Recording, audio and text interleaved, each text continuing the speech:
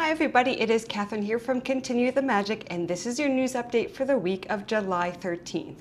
So this week we're going to be digging into a variety of new patents that came out from Universal and what those might mean for the parks. And we're also going to give you a construction update of what is happening over at Walt Disney World. So let's get started. Make sure that you like, subscribe, and hit that notification button. It really helps me out at the channel, and it makes sure that you never miss a video. Okay, so the first patent we have here is the AI-assisted and dynamic ride profile tracking.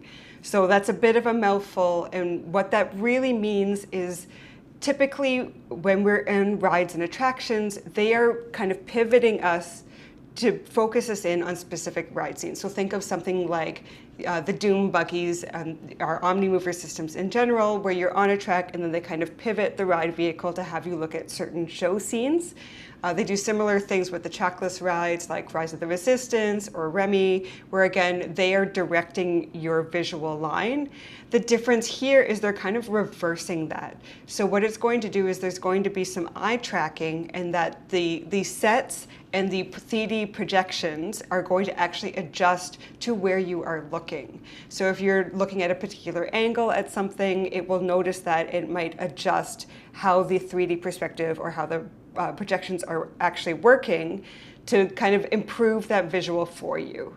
So the cool thing here is it means that the experience of two riders in the same vehicle might be different depending on where they are looking within the attraction, whether it be a screen, projection mapping, those types of things. So that idea of actually making sure that the places that you are looking are visually interesting rather than trying to force where you are looking, it gives more of a natural engagement with your environment, which I think is a cool idea. Our next patent is the augmented reality tattoo. So think of this kind of like, you think of the magic bands or the power bands over in Nintendo World, those kind of things that allow you to interact with the world around you. So those are costly, they can get lost, you need to keep them charged. So the difference here is it's actually a temporary tattoo that they've patented that will allow you to engage with augmented reality. So the way that it'll work is won't just say look like a QR code, it'll still look like something from the worlds that you're experiencing, so they can kind of blend that in with something that is still recognizable by being able to scan it and then give you that augmented reality experience.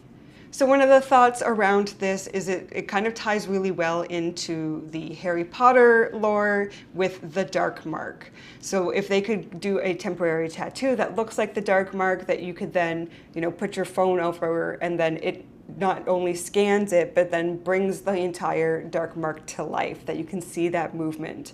So that's a really cool use case, a very obvious use case for Harry Potter fans that totally makes sense. But it's in a way that you can have a more reasonable buy-in and get kind of some of those engaging, immersive experiences that you get with those interactive things in the parks. So our next one is a system and method for actuating ride components based on contours of fluids. So again, another mouthful there. And what this is kind of referencing, or what we think this is referencing, is that rather than floating a boat on water like we've typically seen, it seems like this is more implying that you would be floating, say, a boat or something on a cloud. So the liquid here isn't necessarily a water component, but it may actually be the liquid used in like fog machines, in movies and TV, that kind of thing, to create that kind of experience of floating on a cloud. The interesting thing on this one, if you look at the patent image, is that it does indeed have a boat kind of floating on a cloud, and then it shows a shark under the water. Now again, this may not be necessarily a cloud, if we're thinking clouds in the sky, but this could be just like fog or mist over a water area that it's trying to simulate. So it does give you a few different options of how this could be utilized. And this also ties into another patent they have, which is a system and method for cloud projection. So if you think, they do this a lot in, say, the Disney parks, where you have a water screen and the projecting on the water screen. So this is a similar idea, but rather than having a water screen, we're talking about a cloud screen, so that you could have clouds up in the air and project onto those surfaces as well. So this is a bit of a different spin on that classic theme park nighttime spectacular feature of those projection water screens, just giving them another way to use water effects and projection to open up new options for these type of nighttime spectaculars. So the next one is a system and method for a simulated walkable scene-based attraction.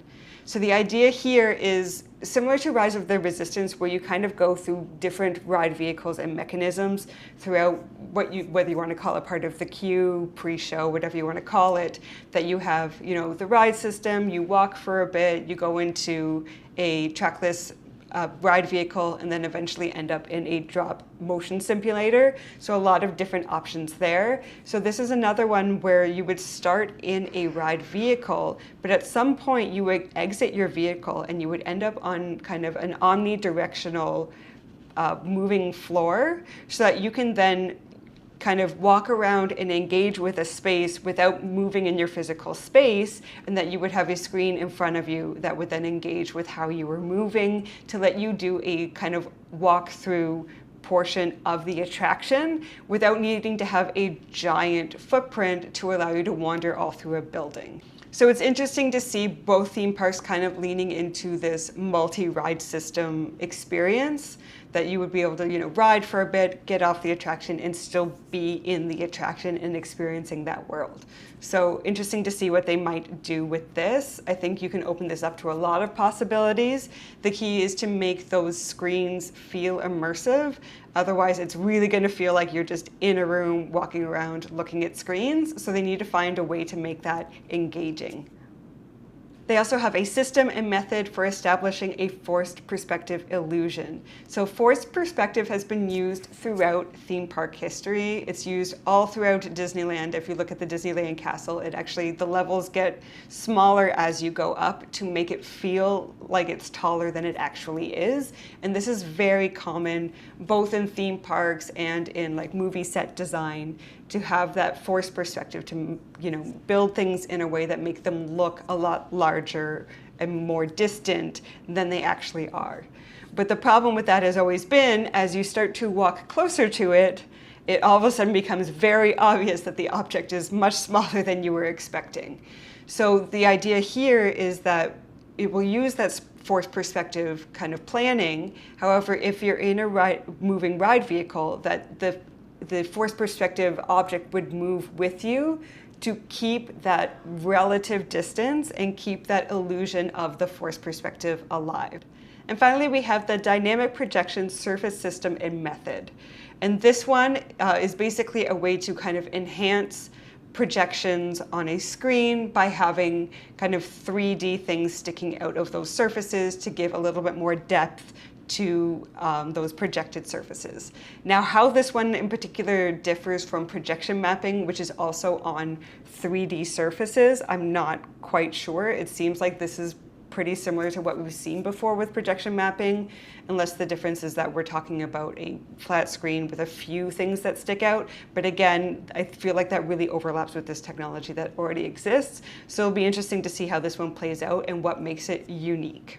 So some really interesting patents coming out of Universal. They are clearly always moving that needle ahead, which is great because that obviously forces Disney to do the same. This kind of back and forth between these two companies really pushing that line is really good for us fans, that we get all of this new technology and this constant new development and desire to kind of create the next level of immersive experiences. So I can't wait to see what they do with this, and I also can't wait to see what Disney comes out with to then up the game once again. So now let's pop over to Disney World and let's get a construction update on some of these new lands and attractions. So let's start with Cars Land. So this was an interesting one because you can always go on Big Thunder Mountain and you can kind of see over those walls and kind of see what's happening there. But they have filed a notice of commencement to start working on the site that was Aunt Polly's. They're going to start building up there. They're also starting work on the water utilities and the foundation for this area.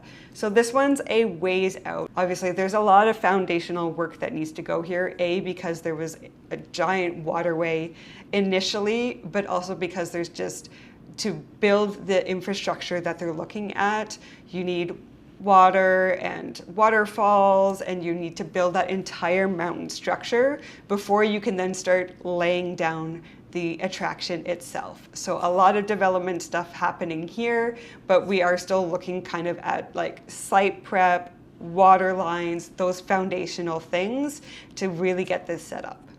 Then over in the Monsters Inc. land, they have fresh construction permits for the Glob Theater. So this is obviously the theater space that previously housed Muppets 3D. So they are starting to work on transitioning that over to the new Glob Theater.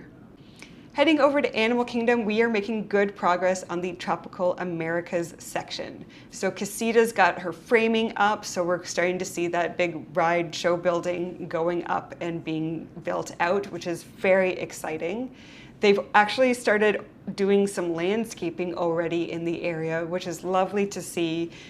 You know, it was always pretty lush over in that space, and I'm hoping to see that continue, obviously, with this Tropical America section. So it's nice to see that they're already starting to take some of that landscaping into account. And then heading over to the Indiana Jones attraction, there are permits for interior mechanical removal. So they are going through the interior of that building now and taking out what they don't need from the previous dinosaur attraction so that they can start that conversion. So that one's moving along well and will likely be our first of the new lands to open up. So it'll be Tropical Americas, hopefully in 2027, 2028. And as far as Villainsland, for this, again, we're still at a very early foundational level, so not a lot of updates here. This is obviously going to be the last of the new lands to open, with the priority being getting Cars Land open, getting some of that capacity back in the park, and then they can share more of the resources over to Villainsland to keep that moving a little bit further. But we're probably looking at like 2030, 2031 for Villainsland. So don't hold your breath for this one. It is still a ways out. So that's our news update for this week. Lots of exciting things coming out of both Disney and Universal, so that is great news for us theme park fans. I will continue to keep you updated as we find out more details on all of these projects, so make sure that you like, subscribe, and hit that notification button, and we will see you next time.